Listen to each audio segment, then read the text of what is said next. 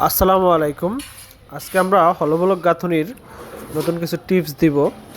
অনেকেই বলেন হলোবলকের গাঁথনি ফেটে যায় কিনা, এরকম একটা প্রশ্ন থাকে অনেকের মনে। না, আমরা বলবো হলোবলকের গাঁথনি কখনোই ফাটবে না। সঠিক গাঁথনি, সঠিক গাইডলাইন মেনে চললে। অনেক সময় অনেক মিস্ত্রিদের অভিজ্ঞতা থাকে না, ইটের মতোই গাঁথা ধরে, তাই হলোবলক ফেটে যায়। ইটের মতো হলোবলক গাঁথলে হবে না, এর কিছু আলাদা টেকনিক আছে।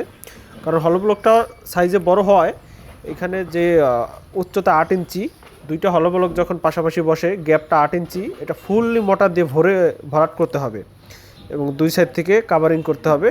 তাহলে আর হলোবলকের ফাটল কখনোই দেখা দিবে না। এই বিষয়গুলো ফলো রাখতে হবে। যারা হলোবলকের মিস্ত্রির প্রয়োজনে আমাদের সাথে প্রয়োজনে যোগাযোগ করতে পারেন, যেহেতু আপনাদের সঠিক গাইডলাইন আমরা দিব, অথবা আমাদের থেকে হলোবলক নিলে আমরা সাপোর্টও দিব।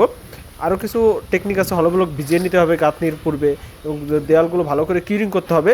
তাহলে হলোবলকের দেওয়াল কখনোই ফাটবে না।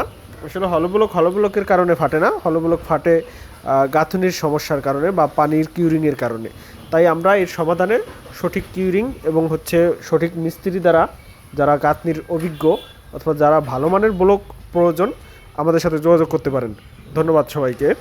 হাওলাদার ইকো ব্রিক্স, মাদারীপুর থেকে বলছিলাম আমি, মেহেদি হাসান। আমরা সকল সময় যে কোনো প্রয়োজনে আপনাদের পাশে আছি। শুধু হলোবলক আমাদের থেকে নিলেই যে আমাদের পাশে পাবেন এরকম না, যে কোনো সাপোর্টের জন্য আমাদের নাম্বারে কল করুন অথবা সরাসরি আমাদের অফিস ভিজিট করুন। মাদারীপুর সদর শান্তনু হাই স্কুল সংলগ্ন টাইস মার্কেট, মাদারীপুর। হলোবলকের গাঁথনি, দেওয়াল, সাইট ভিজিট করতেও আমাদের সাথে যোগাযোগ করতে পারেন। ধন্যবাদ সবাইকে।